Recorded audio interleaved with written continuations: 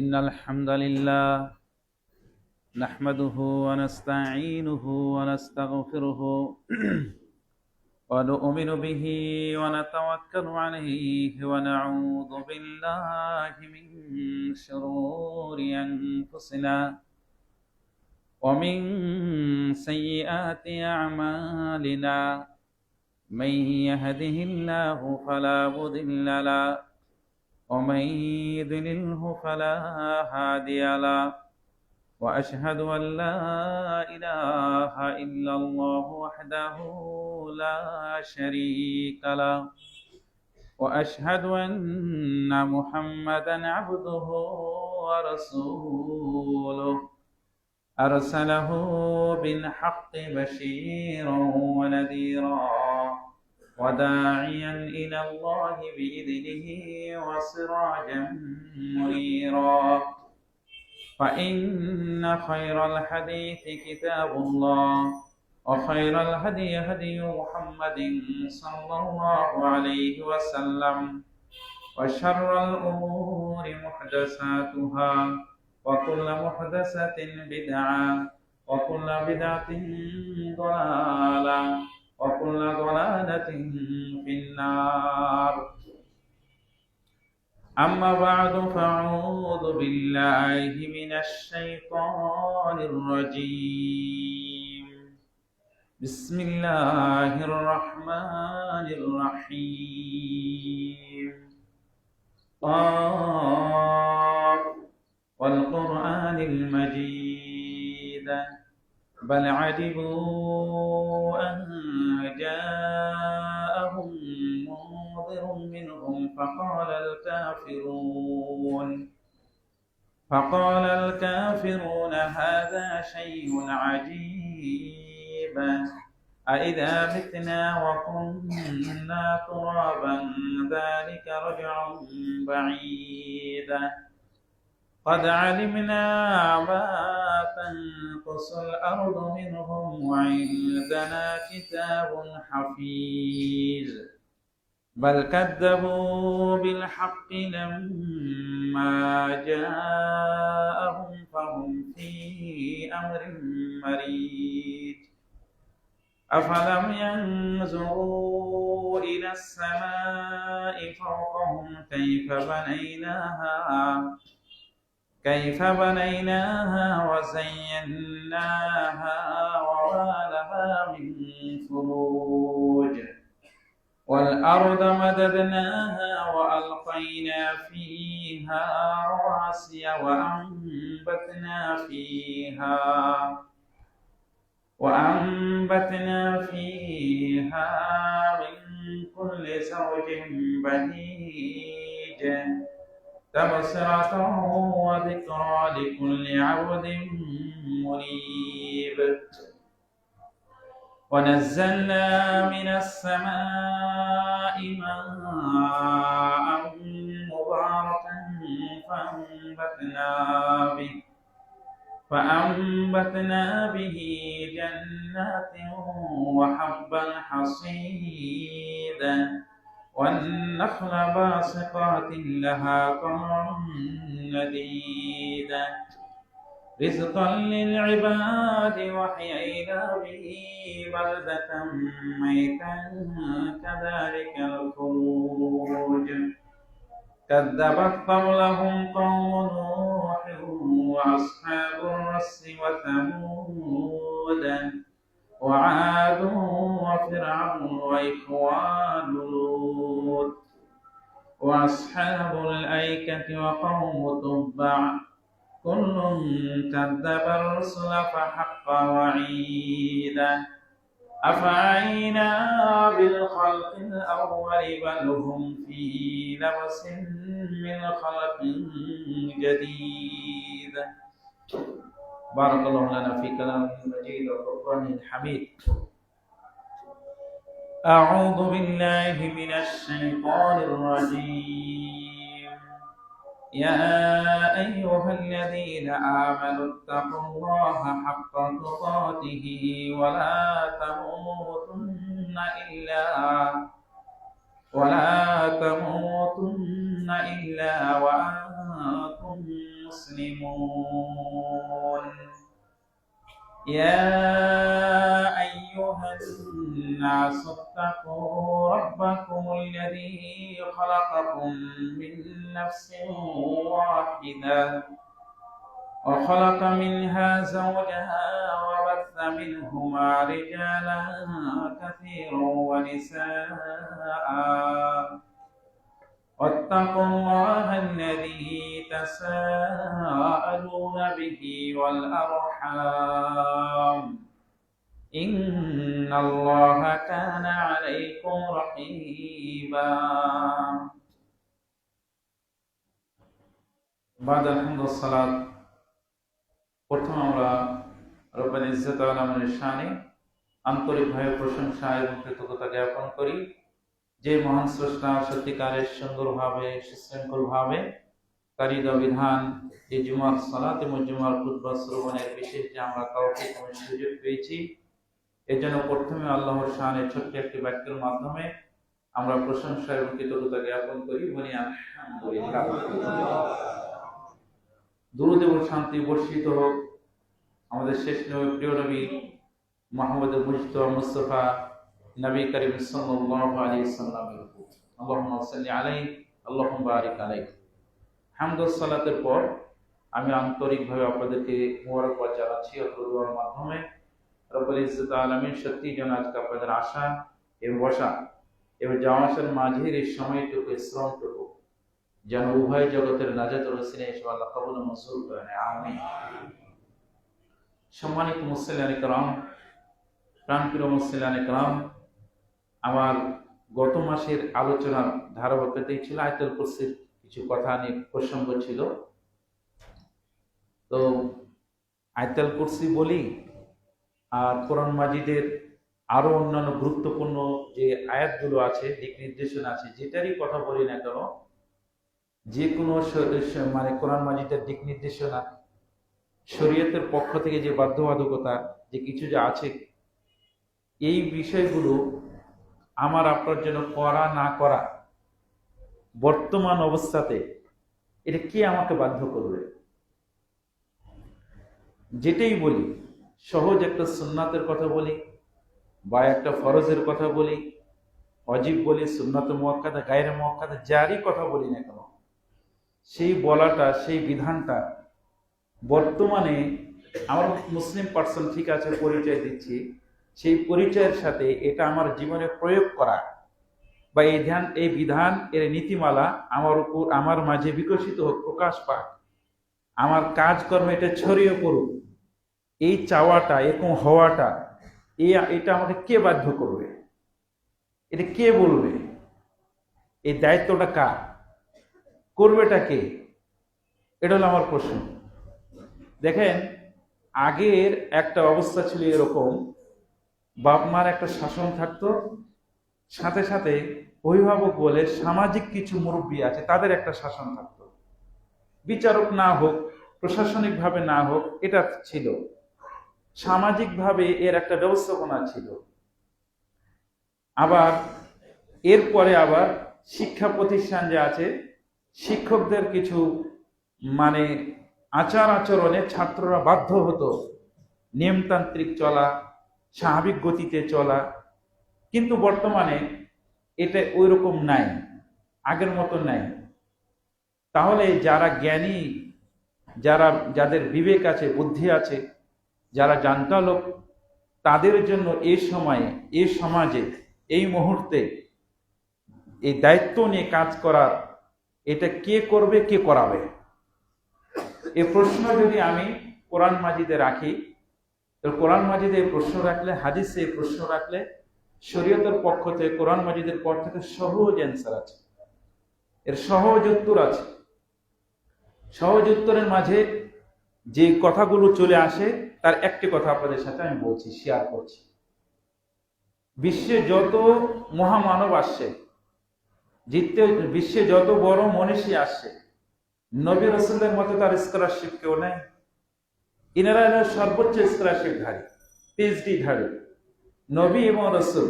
এরপরে আরো যারা সৎ ব্যক্তি যারা আছে, তারা তো আছেই।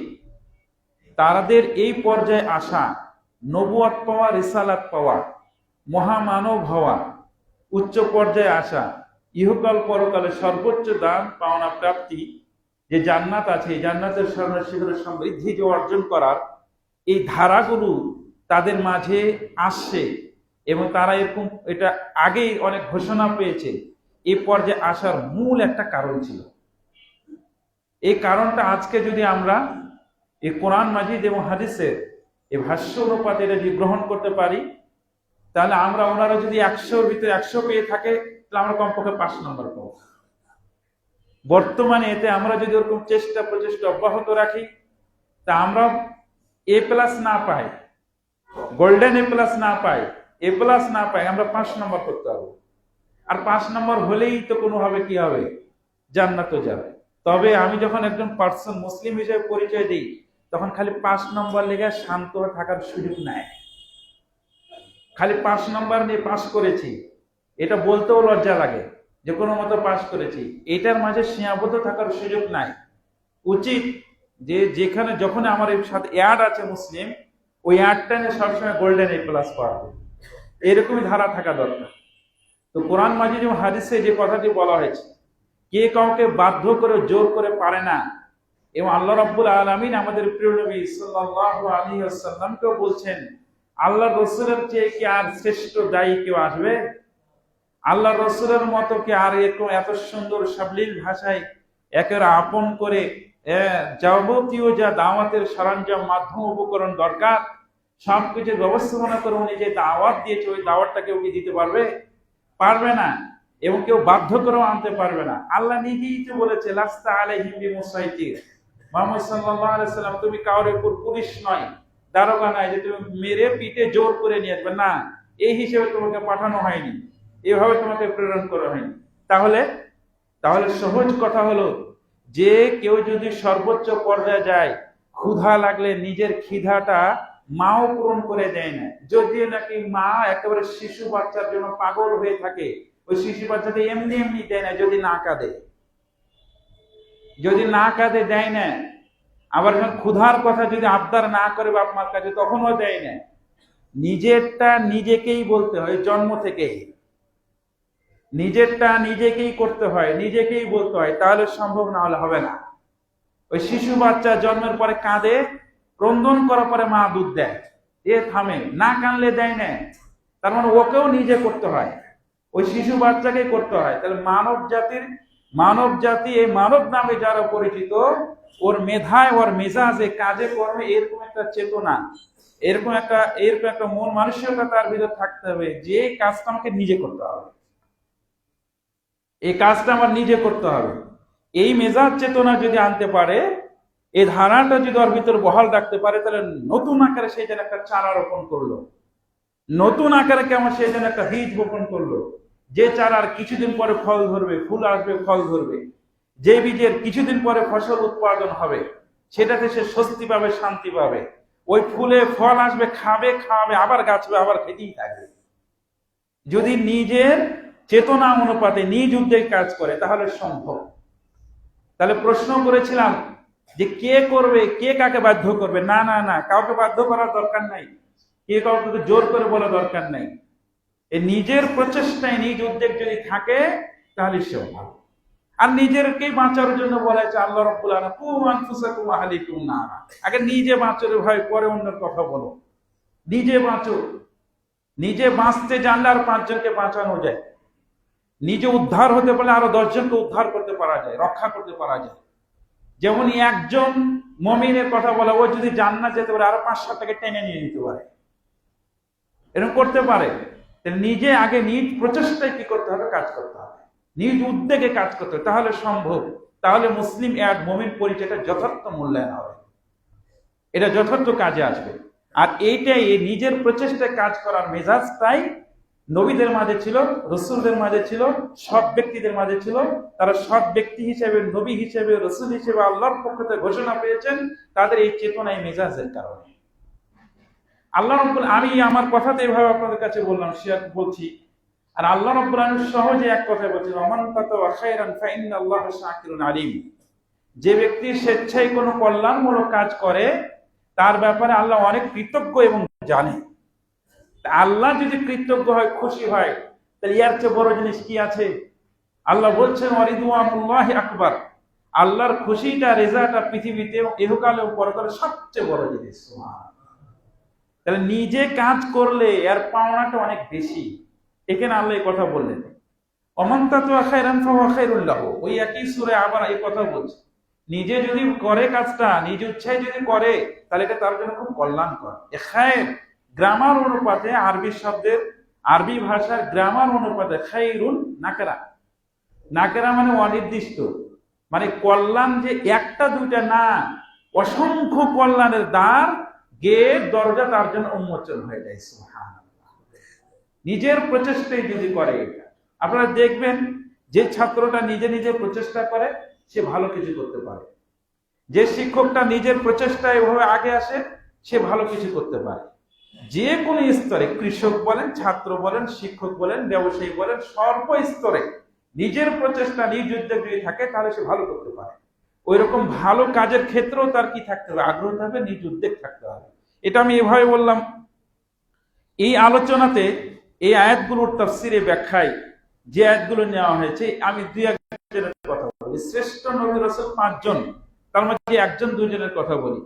5 জন, আপনার নূহ নবী, উনি রাসূল, ইব্রাহিম নবী, উনিও রাসূল, মুসা নবী এবং রাসূল, ঈসা নবী এবং রাসূল, আমাদের নবী এবং রাসূল, আমাদের নবী সবচেয়ে শ্রেষ্ঠ, সবার ঊর্ধ্বে।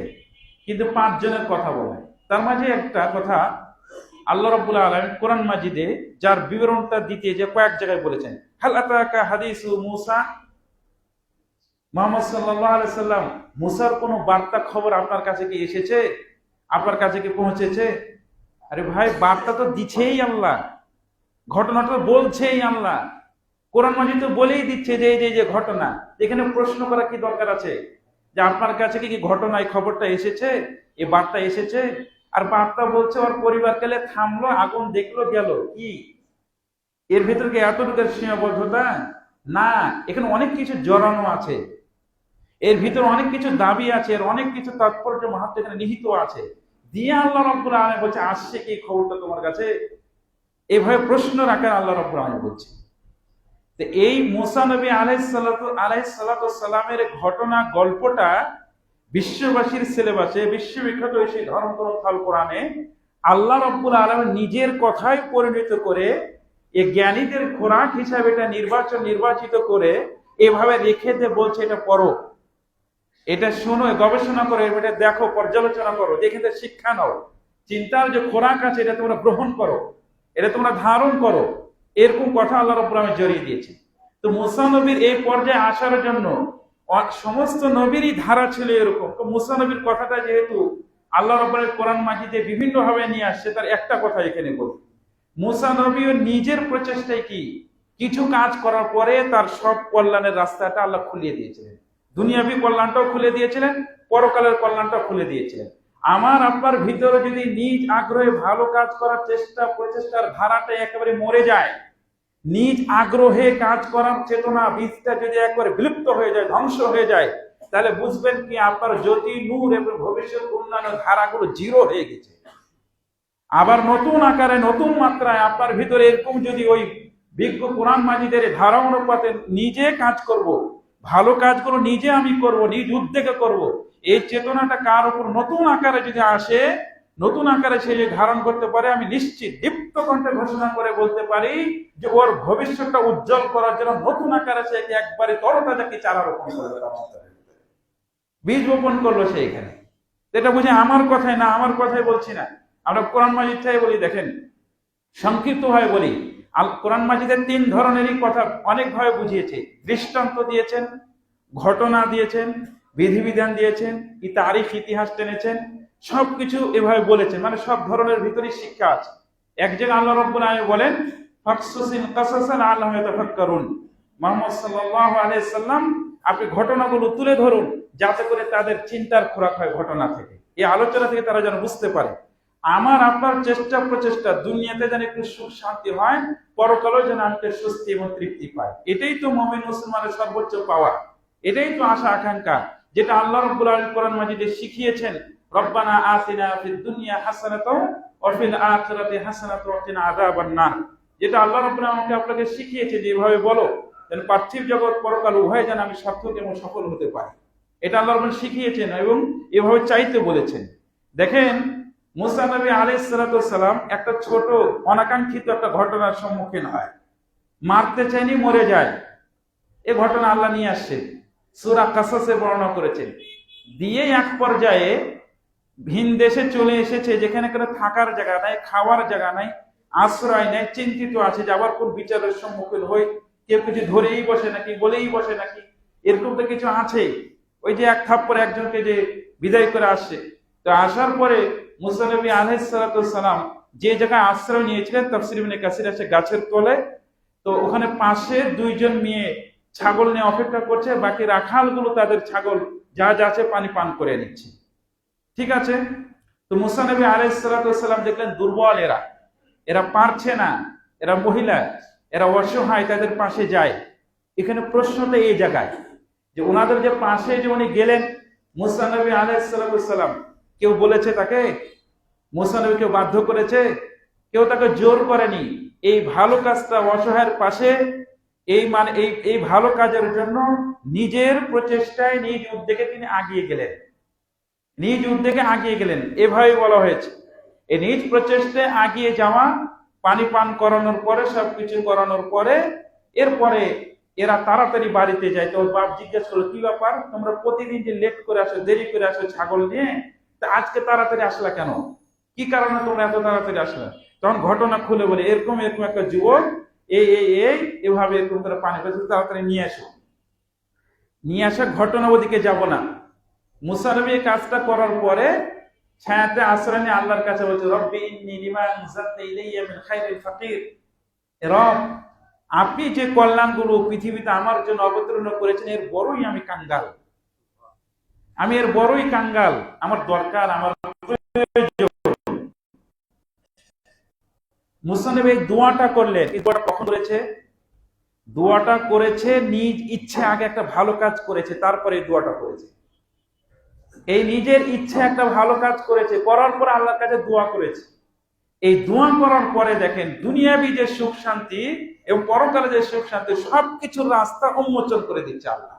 আমরা কি চাই, যে দুনিয়াতে আমার শান্তি দরকার, পরকালে শান্তি দরকার, কিন্তু শান্তিটার যে মাধ্যম, যা মেডিসিন, যে উপাদান উপকরণ আছে, এটা নিজে নিজে বানিয়ে নিলে কি হবে না, যিনি স্রষ্টা উনি জানেন সৃষ্টি করার পরে ঠিক মতো চলতে পারবে, ঠিক মতো পাবে, ওর পাওয়ার যে উপকরণ, মেডিসিন যেগুলো দরকার আমি দিয়ে দিচ্ছি, এটা গ্রহণ করতে হবে। সেটা কি? কোরআন মাজিদের এখান থেকে নিতে হবে, তাহলে তো স্রষ্টা তৃতীয়, নাহলে তো এটা হবে না।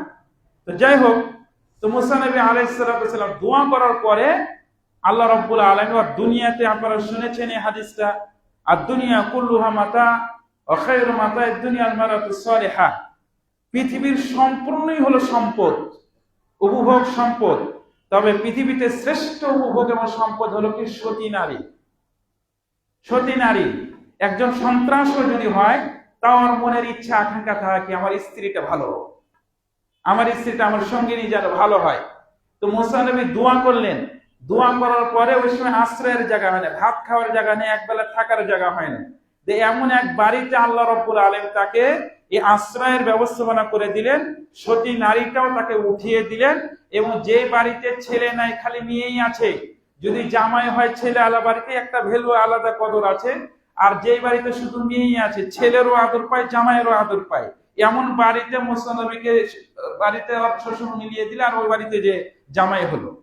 এটা হলো দুনিয়াবি কল্যাণ, যে জিনিসটা দরকার, প্রয়োজন, যেখানে সুখ শান্তির শ্রেষ্ঠ সম্পদ আল্লাহ ভরিয়ে দিলেন। মুসলিম হে মুমিন, ঘটনা আল্লাহ খালি কোরআন মাজিদে এটা বলেছে, খালি বলবে এই ঘটনাটা, খালি এভাবে জনগণকে, মানুষের কাছে বলবে যে আল্লাহ বলেছে, এরকম এরকম ঘটেছে। এটা কি ঘটনা এটার জন্য? ঘটনা এর জন্য না।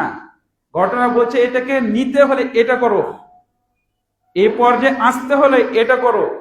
আর মুসা যে এটা পেয়েছে, নবী রাসূল হয়েছে, নবুয়ত রিসালাত দিয়েছি, ফলে এমনি এমনি উচ্চ করে দিয়েছি না, ওকে নিজে আগে করেছে, নিজ প্রচেষ্টায় করেছে। এই নিজ প্রচেষ্টায় করার কারণে দুনিয়াবীর রাস্তাটা তাকে উন্মোচন করে দেওয়া হয়েছে, এটা তাকে খুলে দেওয়া হয়। যদিও এখানে শিক্ষণীয় বিষয় আছে, এখানে অনেক শিক্ষণীয় বিষয় আছে। মুসা নবীর দুনিয়াবী রাস্তাটা খুলে দেওয়া হলো, জায়গাটা মিলিয়ে দেওয়া হলো, আর আরেকটা জিনিস শিখিয়ে দেওয়া হলো, মুসাই হলো পুরুষ। ওখানে শক্তিশালী পুরুষের কথা বলা আছে যে মুসাই হলো পুরুষ। ওখানে কিছু বলেছে বড় পাথরও লড়ানোর কথা বলেছে, আর তাফসীরের বর্ণনা বিবরণ আসছে। সেটা হলো কি, যে স্ত্রী পেয়েছে ঠিক আছে, কিন্তু স্ত্রীর কাছে ধরাশয় হয়নি, টাকা নাই, কি হয়েছে তাই বিবাহ শাদী যেহেতু করতে হবে, থাকতে যেহেতু হতেই হবে, তাই বলে মেয়ের বাপের টাকা নিয়ে যে লড়াচাড়া করব আর মেয়ের বাপের টাকা নিয়ে যে খাবো এই আশা করে যে বিয়ে শাদী করবো পারবো না, দরকার হলে ছাগল চড়িয়ে খাবো। তো কথাটা এরকমই, যে দরকার হলে ছাগল চড়িয়ে ভ্যান চালিয়ে হলেও মোহরটা পরিশোধ করে তারপরে জীবন যাপন করবো, তা ওই মেয়ের বাপের কিছু দিতে পারবো না, ওই মেয়ের বাপের কোনো কিছু আশা করতে পারবো না, এরকম কথা এখানে আছে। কারণ আপনারা শুনেছেন যে মুসা নবী আলাইহিস সালাম মোহর কি দেওয়া হয়েছিল, 8 বছর ছাগল চড়াইতে, 8 বছর ছাগল চড়ানো মোহর দেওয়া হয়েছিল। ওনার যে শ্বশুর সে বলেছিল 8 বছর 10 বছর তোমার ইচ্ছা, যেটা করবে কোনো সমস্যা নেই। কোনটা করেছিল মুসা নবী 10 বছরই করেছিল, ছাগল চড়িয়া মোহর পরিশোধ করেছে। আর এখনকার মুসলমান পরিচয় আবার এক দেব, শ্বশুর বাড়ির টাকা খাওয়ার লেগে আগে থেকে প্রস্তুত হয়ে থাকবো, আগে থেকে প্রস্তুত হয়ে থাকবে। এটা পুরুষকে বুঝিয়ে দিয়েছে যে তুমি কোন মানের পুরুষ, আর দোকানে কোরআন মাঝে ওটা পড়ে নাও, আর ওই পুরুষের ওইগুলো তোমরা খেয়াল করো, তাহলে ওটা তোমরা চিন্তা করো, তাহলে পুরুষকে তো বেরিয়ে আসবে, তাহলে বের হয়ে আসবে, রেজাল্ট বের হয়ে আসবে যে আমার মানটা কোন জায়গায়, আমার অবস্থানটা পজিশনটা কোন জায়গায়, তাহলে আমি কোন মানের পুরুষ, এটা এখানে ধরিয়ে দিয়েছে একটা। আরেকটা বিষয় এখান থেকে আমরা এই শিক্ষার কথাটা বলতে পারি যে মুসা নবী আলাইহিস সালাম ওই পর্যায়ে এটা দুনিয়াবী রাস্তাটা খুলে দিলেন।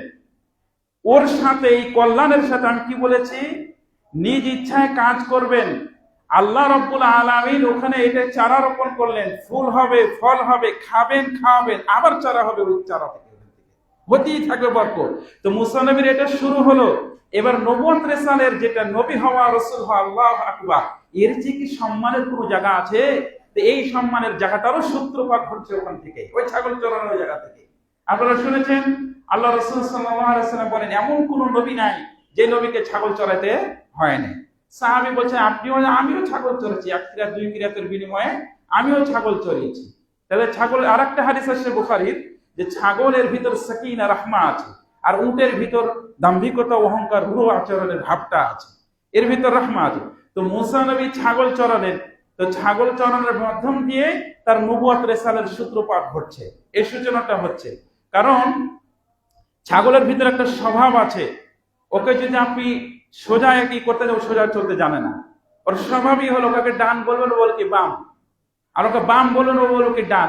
এমন রাগ উঠে ওকে যদি রাগের সময় পাঁচটা ঠ্যাং ভেঙে দিবে, কিন্তু রাগটা যখন চলে যায়, সরে যায়, তারপরে করে ধরা যায়, তখন রাগটা মাটি হয়ে যায়। কিভাবে জানেন, যখন আপনার প্রচন্ড ক্ষুধা লাগে, এই ক্ষুধার সময় যদি আপনি খাবারটা পান, 2 প্লেটের জায়গায় 3 প্লেট খাওয়া হয়ে যায়, কিন্তু যখন ক্ষুধাটা মরে যায় তখন করে আর ওই খাবারের চাহিদা থাকে না। ক্ষুধা মরে গেলে আর ওই খাবারের মতো চাহিদা থাকে না, ওটা পারা যায় না, যে ক্ষুধাটাই তো নষ্ট হয়ে গেছে। অনুরূপ ভাবে এই ছাগলটা চড়ানোর মাধ্যমে যে রাগটা ছিল, শুনেছেন না আগে এক থাপ করে বিদেয় হয়ে আসছে, যেখানে আসছে না, যে ছাগল চড়াতে চড়াতে যে এর রাগটা যে কি হয়ে গেছে, নরম হয়ে গেছে, এর রাগটা দমন হয়ে গেছে। আর যখন এর রাগটা দমন হয়ে যাবে, রাগ হারা মানুষ হবে, তখন রিফক এবং লিনা এটা আসবে। আর আপনারা শুনেছেন কোরআন মাজিদে আল্লাহ রাব্বুল আলামিন বলছেন ফাবিমা রাহমাতিন মিনাল্লাহি লিনতা লাহুম, মুহাম্মদ সাল্লাল্লাহু আলাইহি সাল্লাম আল্লাহর বিশেষ দয়া করুণা তুমি কি বিনয় নম্র হয়েছে। তাহলে ছাগল চড়ানোর মাধ্যমে মুসা নবীর রাগটা দমিয়ে নিয়ে স্বাভাবিক পর্যায়ে নিয়ে পরবর্তীতে নবী রাসূল বানানোর যে স্তরে পর্যায়ে আল্লাহ নিয়ে যাচ্ছে। কিন্তু এই নবী রাসূল পর্যায়ে নিয়ে যাওয়ার মূল যে ধারাটা, দুনিয়াবি যে সুখ শান্তির ধারাটা, সূচনা সূত্রপাত ঘটেছিল মুসা নবীর কিসের মাধ্যমে হয়েছিল, যে একটা ভালো কাজ নিজে যে করতে, যে কেউ তাকে বলে নাই, জোর করে নাই, নিজে যে করে তারপর আল্লাহর কাছে দোয়া করেছিল, তারপর আল্লাহর কাছে দোয়া করেছিল। এটা হলো মুমিন মুসলিমের দায়িত্ব। বলে বলে করাতে হবে না, নিজে নিজে যদি করে তাহলে এই পরিচয়টা দিতে মানানসই হবে, তাহলে এটা মানানসই হবে।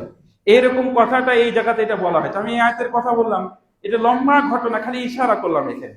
তার সাথে আমি বলি মুসা নবী আলাইহিস সালাতু ওয়াস সালাম একজন রাসূল, আর নবী রাসূলদের শিক্ষক আল্লাহ হয়, তথাপিও কিছু বিষয় শিক্ষণীয় আছে যে অন্য কাজে শেখা যায়। যেমন ভাবে এমনও বর্ণনা আছে আল্লাহ রাসূল একজনের কাছ থেকে হাদিস বর্ণনা করেছে আছে। অনুরূপ ভাবে মুসা নবী আলাইহিস সালাতু সালাম উনি হলো আল্লাহর কাছেই শিখেছেন, কিন্তু ওনার সাময়িক কয়েকটা বিষয় ওস্তাদ হলো খিজির আলাইহিস সালাতু সালাম। সূরা কাহাফে আপনারা পড়বেন, দেখবেন এখানে কয়েকটা বিষয় উনি হলো ওস্তাদ।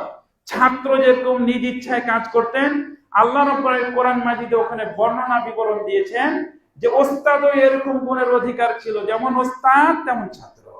কি ওখানে তিনটা বিবরণ আছে, ঘটনা তো বলা যাবে না, খালি ছোট্ট করে বলি। ওখানে মুসা নবী আলাইহিস সালাতু সালাম খিজির আলাইহিস সালাতু সালাম রওনা দিয়েছেন, যাওয়ার পরে এক গ্রামে যে খুব ক্ষুধার্ত অবস্থা, যে ভাই মেহমানদারি করান, 3 দিন মেহমান এমনকি না দিলে জোর করে অনেকে হয়ে যায় মুসলমানের বাড়িতে। তো সেখানে মেহমানদারি করে তারা নাকচ করলো, বারণ করলো যে না না না হবে না। যেতেই খিজির আলাইহিস সালাতু সালাম যেতেই যা দেখছে একটা প্রাচীর ভাবে হেলে আছে।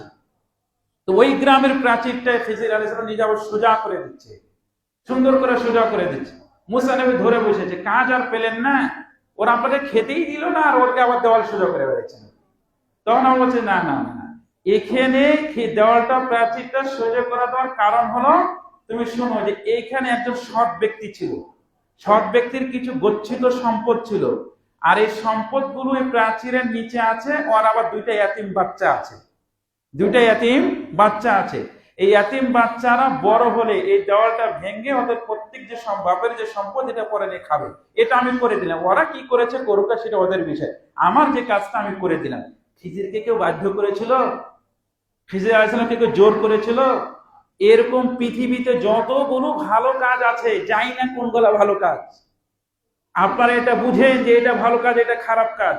এই বিবেকটা কমপক্ষে মানুষ যারা তারা আছে, এটা মা বোনরাও বুঝে, বাবাজিরাও বুঝে, বন্ধু বান্ধব যারা আছে সবাই বুঝে।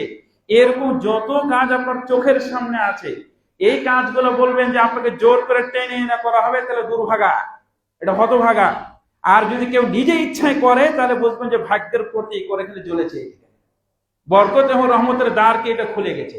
কারণ এটা নবী রাসূলের বৈশিষ্ট্য। এটা আমি বলছি এভাবে, এটা মুসা নবীর কথা বললাম, খিজির আলাইহিস সালামের কথা বললাম, কোরআন মাজিদটা যত নবী রাসূলের ঘটনা দেখবেন এরকম করে একটা না একটা বের হতেই আছে। ওই পরে যে যুলকারনাইন বিশ্ব সম্রাট, আপনারা বিশ্ব নেতৃত্ব দিবেন, বিশ্ব সম্রাটের কথা এখানে আল্লাহ রাব্বুল আলামিন বলেছেন, আপনারা বিশ্ব নেতৃত্ব দিবেন। বিশ্ব নেতৃত্বে দেওয়ার গুণাবলীর প্রধান গুণাবলী হলো এইটা, যেটা বলে আসছি বারবার। ও কে কি করছে ওটা দেখার বিষয় না, আমাকে করতে হবে, আমাকে বাঁচতে হবে, আমার নিজেকে রক্ষা করতে হবে, আর আরো 10জনকে বাঁচানোর চেষ্টা প্রচেষ্টার নিয়াত মনোভাব আমার ভিতরে থাকতে হবে।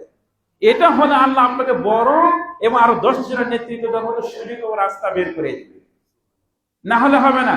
ওখানে যুলকারনাইনের কথা বলা হয়েছে, ইয়াজুজ মাজুজের অত্যাচার, সংক্ষিপ্ত হয়ে বলি, যারা বাঁচছিল না, পরে প্রস্তাব দিল এলাকার লোকেরা, আপনি একটা প্রাচীর তৈরি করে দেন, আমরা আপনাকে অনেক মজুরি দিব, খারেজা শব্দ, সে মজুরি দিব।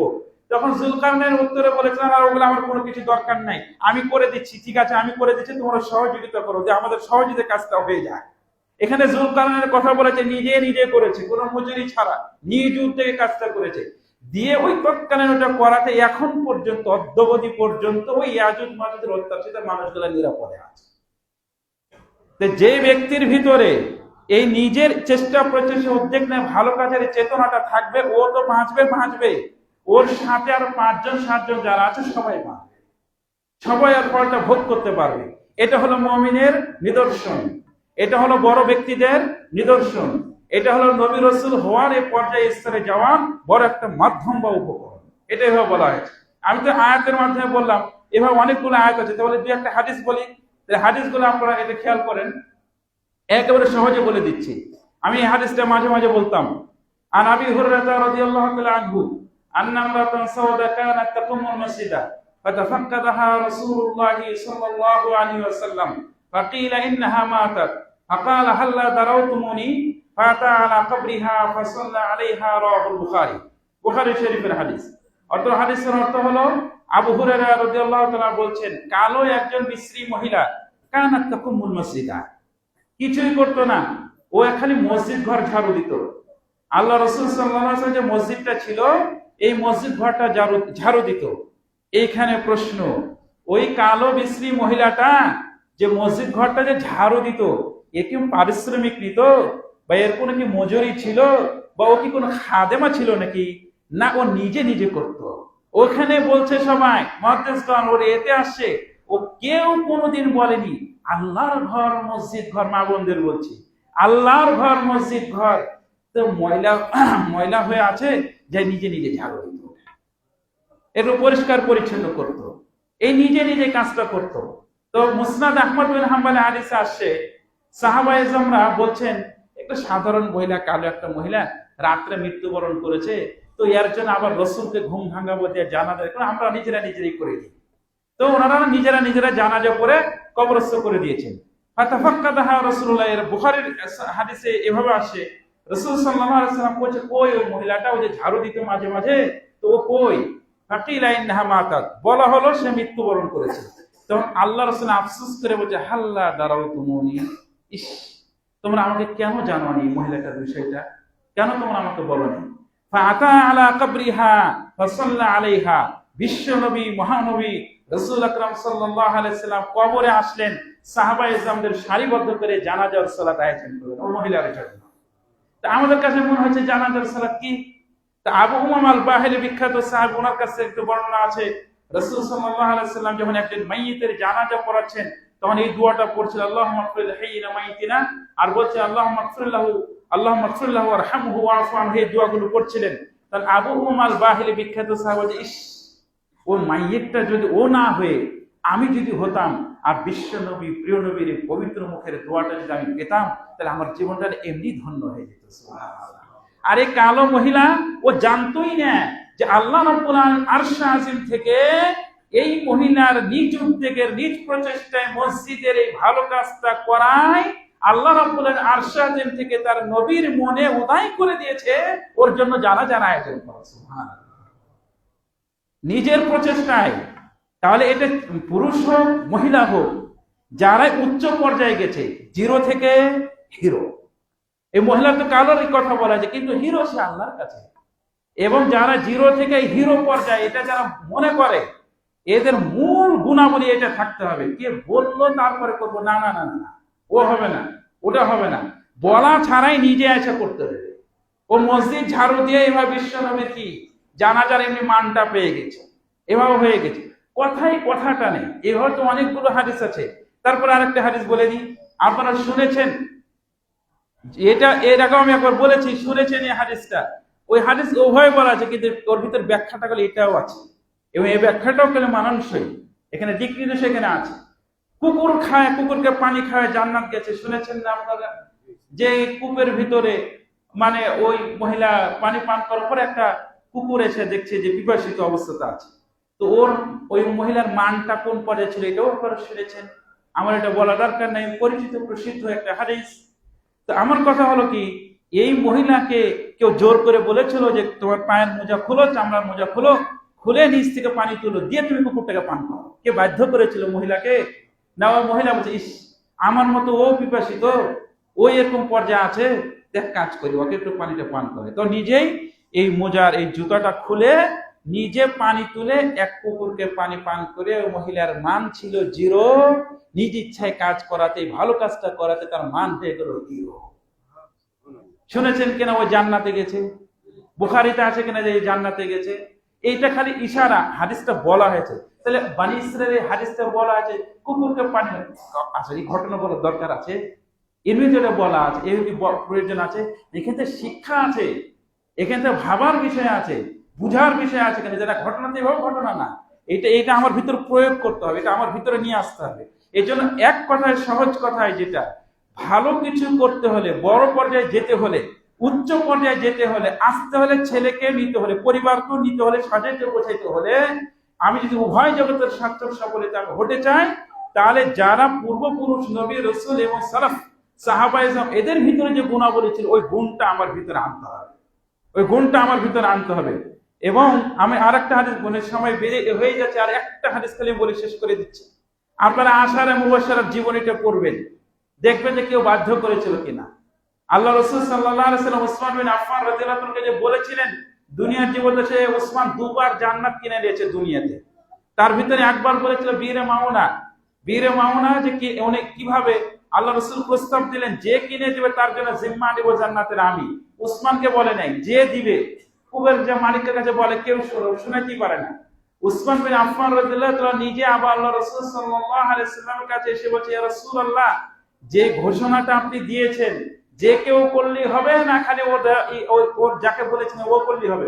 না, যে করবে তার জন্য আমার এই ঘোষণা, আমি জান্নাতটা তার জন্য জিম্মা নেব। তখন উসমান বিন আফফান রাদিয়াল্লাহু বলছে, যদি আমি করি? বলে, হ্যাঁ, তোমার জন্য এটা হবে। উসমান বিন আফফান রাদিয়াল্লাহু তাআলা কূপের মালিকের কাছে বলছে, ভাই তুই কয় টাকা নিবি? বলছে, এটা যে আমার ব্যবসা সংসার চলে, এই ছেলেটা আমি নিয়ে তারপরে আমি কি করবো? আরে ভাই, 10 বছর 20 বছর একটা দিয়ে দিচ্ছি, তুই কামাই করে খাবি, এটা তো হবে। তাহলে ঠিক আছে, জনগণ আছে। ৩,৫০০ দিরহাম।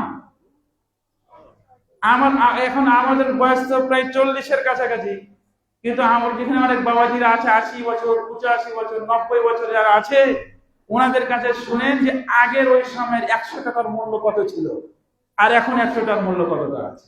তো ওই যুগে ৩,৫০০ দিরহাম উসমান রাদিয়াল্লাহু তাআলা দিয়ে ওকে বুঝিয়ে বলে, ভাই তুই 20-25 বছরের কামাই থেকে ধরিয়ে দিলাম, তাও খা, দিয়ে দে। উসমান আপনাদের এটা কিনে দিয়ে দেবে, এই একবার জান্নাত কিনে নিবে। এটা নিজে করতে হবে, কেউ করে দিবে না। মাদ্রাসা মসজিদ আপনাদের দায়িত্ব আছে। এখান থেকে বলা হয়, মাদ্রাসার থেকে বলা হয়, আমরা এখানে আলোচক, সাময়িক আলোচক, বলা হয় একই কথা। আমরা দান সৎকার কথাটা বলা হয়, দান সৎকার চাওয়াটা বলে খুব কঠিন কাজ, এটা জানেন? খুবই কঠিন কাজ এটা। যান মানুষের কাছে বলে, ভাই এটা একটু দেন না, এটা ও যে কত যে বিরক্তের একটা কাম। কিন্তু তারপর রাসূল সাল্লাল্লাহু আলাইহি ওয়াসাল্লাম করতেন এবং বলতেন। আমি আপনাদের কাছে ওরই ধারাবাহিকতায় বলবো। বছর নতুন আকারে শুরু হয়েছে। আমাদের মসজিদের ছাত্র থাকতে হবে, ওদিকে বিল্ডিং এ, ওদিকে কোন জায়গায় ছাত্ররা দেখলে আপনারা একটু হবে। তো এখানে মাদ্রাসার উন্নতি এবং মসজিদের উন্নয়নের জন্য সামনের জায়গা নতুন করে কাজ শুরু করা হবে। এই কাজ শুরু করা, এটা আমাদের শুধু বলা, আর বাকিটা হলো আপনাদের দায়িত্ব। নিজ দায়িত্বে এসে যখন এই কাজগুলো করবেন, আমি আপনাদের কাছে বলবো, ওই বৃদ্ধার মতো এটা হলো সুযোগ। শেষের কথা, এই বৃদ্ধার মতো এটা সুযোগ। আল্লাহ রাসূল সাল্লাল্লাহু আলাইহি ওয়াসাল্লাম বলেছিলেন যে তোমরা কোন বৃদ্ধার মতো হবে না, সুযোগটা কাজে লাগাও।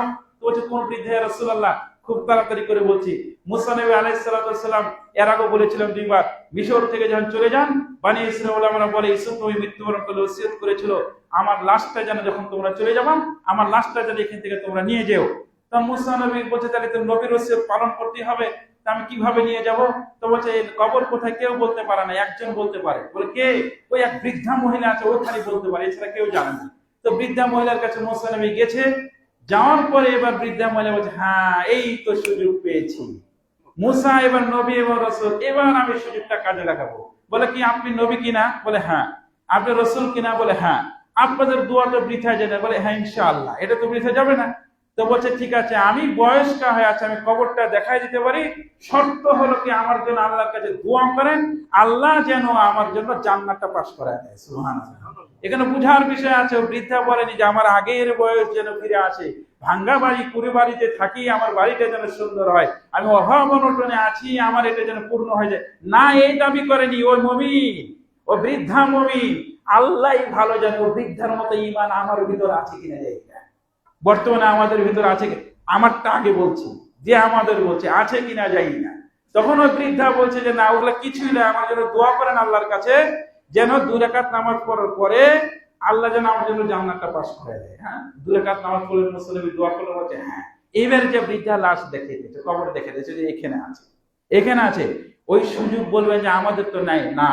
ওই সুযোগটা আল্লাহ রাব্বুল আলামিন মিরপুর এই এলাকার জন্য সহিহ বিশুদ্ধ কোরআন ও হাদিসের যে একবারে নিছক পরিষ্কার যে দার্সটা দিয়েছে, তাওহীদের শিরক মুক্ত, বিদআত মুক্ত যে আলোচনার যে বাস্তব ধারাগুলো এই মিরপুরে মাদ্রাসা দারুস সুন্নাহ পালন করছে, এটারই ওই বৃদ্ধার মতো একটা সুযোগ যে সামনে মসজিদ বর্ধিত কাজে অংশগ্রহণ করা, আরো কিবান কার্পেট লাগবে, আরো কি লাগবে, এই বিষয়গুলো খেয়াল করা। এটা যে যা পারে, কেউ বলার পরে নাই, নিজে এসে আপনার উসমান রাদিয়াল্লাহু তাআলার মতো বলবেন। প্রিন্সিপাল এবং ভাইস প্রিন্সিপাল আরো যারা দায়িত্বশীল আছে তাদেরকে জিজ্ঞাসা করবেন যে ইন্নাল্লাহা ওয়া মালাইকাতাহু ইউসাল্লুনা আলান নবী ইয়া আইয়ুহাল্লাযীনা আমানু সাল্লু আলাইহি ওয়া সাল্লিমু তাসলিমা اللهم صل على محمد وعلى آل محمد كما صليت على إبراهيم وعلى آل إبراهيم إنك حميد مجيد. اللهم بارك على محمد وعلى آل محمد كما باركت على إبراهيم وعلى آل إبراهيم إنك حميد مجيد. عباد الله رحمكم الله، إن الله يأمر بالعدل والإحسان وإيتاء ذي القربى وينهى عن الفحشاء والمنكر والبغي يعظكم لعلكم تذكرون. واذكروا الله يذكركم وادعوه يستجب لكم ولذكر الله تعالى